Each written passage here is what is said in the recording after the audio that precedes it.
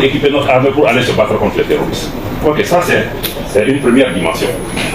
L'autre dimension même, dans l'action diplomatique, c'est même la définition, parce que moi j'aime pas trop les concepts. Parce qu'on dit par exemple terrorisme, bon je dis ça parce que je n'ai pas trouvé un meilleur mot. Moi je voudrais bien qu'on me dise quand on parle de terrorisme, on parle de quoi? Pourquoi on a le terrorisme qu'on a? C'est venu d'où? Qui est le terroriste? Qui le finance? Qui lui donne les armes? Mais c'est là où on pourra, parce que tu ne peux pas te battre contre un concept, il faut que tu saches. Tu sais qu'ils ont bombardé la Libye, c'est ce qui a fait que les gens ont pris des armes qui sont venus s'asseoir au Mali pour nous le détruire. On ne peut pas s'asseoir comme ça, dire que terrorisme au Mali, au Burkina, aux États-Unis. Non. Il faut définir. Nous aussi, notre action diplomatique, c'est de nous battre comme on est en train de se battre pour qu'il n'y ait pas d'intervention au Niger. Ça, c'est une façon de prévenir le terrorisme. Parce que si c'est ce qu'ils sont en train de faire au terrorisme au Niger, il y a des terrorismes, et le terrorisme bénéficie aussi de sponsors étrangers contre lesquels il faut qu'on se batte. Parce qu'aujourd'hui, comme dans le passé, le terrorisme est utilisé.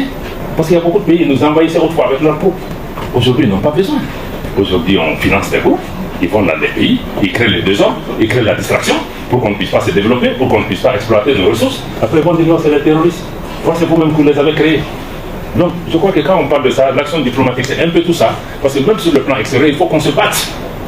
Pas souvent contre les terroristes, mais c'est contre ceux qui les fabriquent, contre ceux qui les financent pour pouvoir atteindre des objectifs stratégiques, géostratégiques ou bien économiques. Parce que souvent, tu es assis sur des richesses, il faut qu'on te distraie pour pouvoir mettre la main. Il faut qu'on fragilise ton État.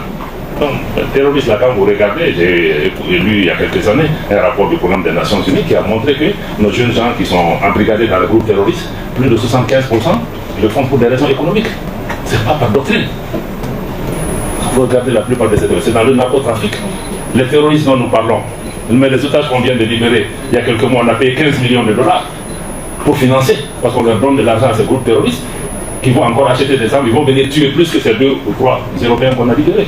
Donc on parle de terrorisme, on parle de quoi? Donc il ne faut pas vous laisser embarquer, souvent jeunes gens, je vous l'ai dit, il ne faut pas vous laisser embarquer derrière des concepts. Parce que si on dit terrorisme, non. Il faut qu'on nous dise là. Quand vous parlez de qui? Parce que toi-même, tu ne peux pas être derrière le terroriste et dire que tu es venu lutter contre. C'est pourquoi on a été dans ces problèmes 10 ans, on n'a pas trouvé de solution. Parce que Bignanina, c'est un peu donc ça, c'est aussi notre rôle par rapport à ça. Bon, je crois que ma soeur Zénab aussi a parlé d'indépendance et de je n'ai pas bien compris, je ne me souviens pas trop de sa question, c'était quoi?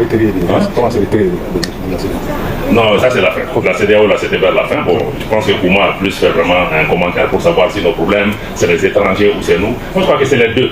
De toutes les façons, nous sommes les premiers responsables. Même ce que les étrangers font chez nous, là, c'est que nous avons accepté, nous avons promis, nous avons permis. Parce que si vous voyez que le lézard rentre dans le mur, c'est qu'il était fendu. Voilà. Donc, même les étrangers, il ne faut pas leur jeter l'anathème. Il y a eu des gens, des Africains, des Maliens, qui ont permis que ça se fasse. Donc, nous sommes les premiers responsables. Naturellement, nous devons regarder. C'est vrai que les étrangers peuvent être partis, mais nous-mêmes, souvent, c'est pourquoi je parle même de culture et tout. Il faut que nous-mêmes, on se remette en cause en tant que Maliens et autres. Parce que même si on prend la lutte contre la corruption, bon, certains disent que oui, on veut lutter contre la corruption, mais quand tu touches à un parent de quelqu'un, il dit non, on est un parent et on ne va pas le toucher. Bon. Or, le changement, vous jeunes, vous devez le comprendre, le changement est un processus, comme les Anglais le disent, is inside out. C'est-à-dire que le changement ne vient pas de outside to inside, mais inside out. Tu ne peux pas changer le monde si toi-même, tu ne t'es pas changé. Donc tout changement qu'on veut, dont on veut être porteur, il faut commencer soi-même à se changer. Parce que si tu n'arrives pas à te changer, mais tu ne vas pas changer ta famille, tu ne vas pas changer ton voisinage, tu ne vas pas changer ton organe. Donc il faut que nous-mêmes on se pose chaque fois la question, dans le processus dans lequel, quelle est ma responsabilité, quelle est ma contribution, qu'est-ce que moi je peux faire pour changer? Parce que si toi tu changes, tu deviens un modèle pour d'autres. Mais malheureusement, nous dans notre processus de changement, on veut toujours que ce soit l'autre qui change. Donc il faut que nous-mêmes nous ayons un peu ce processus. Pour la CEDEAO, les textes de la CEDEAO, comme toute organisation, prévoient aussi des processus de retrait de l'organisation, parce qu'on a créé, je dis aux gens que le Mali est permanent. Ces organisations n'ont pas créé le Mali, c'est le Mali qui les a créées. Donc la façon dont nous sommes entrés dans ces organisations, nous pouvons en sortir, et les dispositions communautaires prévoient des processus de retrait. Et quand un pays veut se retirer, il n'a qu'à notifier à l'organisation qui se retire, et il y a 1 an, il y a un processus qui se met en place pour rendre ça effectif, pour pouvoir vraiment enclencher tous les mécanismes, parce qu'il y a beaucoup de mécanismes complexes qui viennent dedans. Mais nous sommes dans notre droit de nous retirer quand nous le voulons, et si nous le voulons, et il y a des processus qui sont en place qui peuvent être complexes. La Mauritanie est sortie de la CEDEAO. Bon, il y a eu toutes les démarches, il y a des protocoles, des choses comme ça qu'il faut revoir, renégocier, des choses comme ça.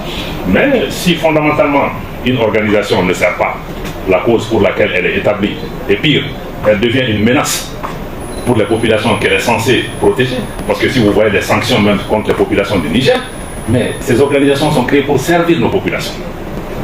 Et comment on peut servir nos populations en les affamant, en les privant de nourriture, en les privant d'électricité, et dire que de façon cynique, on sort pour dire que non, nous ça nous fait mal que ces populations-là soient sanctionnées. Il y a des façons de faire, surtout que l'ancien président du Niger même l'a dit, la vidéo existe.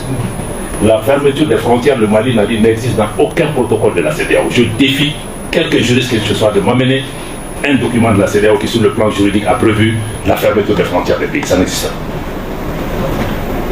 Ça n'existe pas. Donc, mais ça ne les empêche pas de les appliquer. Même quand on a fermé la Banque centrale au Mali, on est parti à la Cour de justice de l'UEMOA, qui nous a donné raison. Qui nous a dit de lever ça. Parce que la Banque centrale est une entité indépendante qui ne peut pas, l'article 4 des statuts de la BCEAO dit que la BCEAO ne peut pas recevoir d'instructions ni d'aucun autre organe, que ce soit chef d'État ou pas. Bon, on l'a fait, non?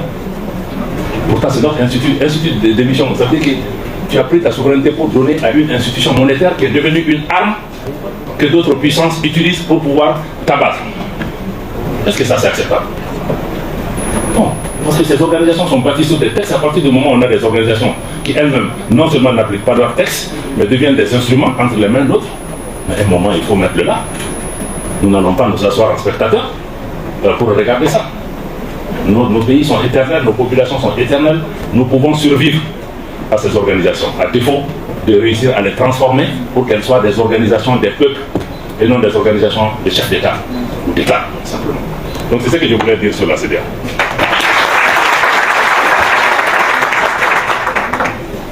Chers amis, merci de mentionner une dernière fois très fort le titre.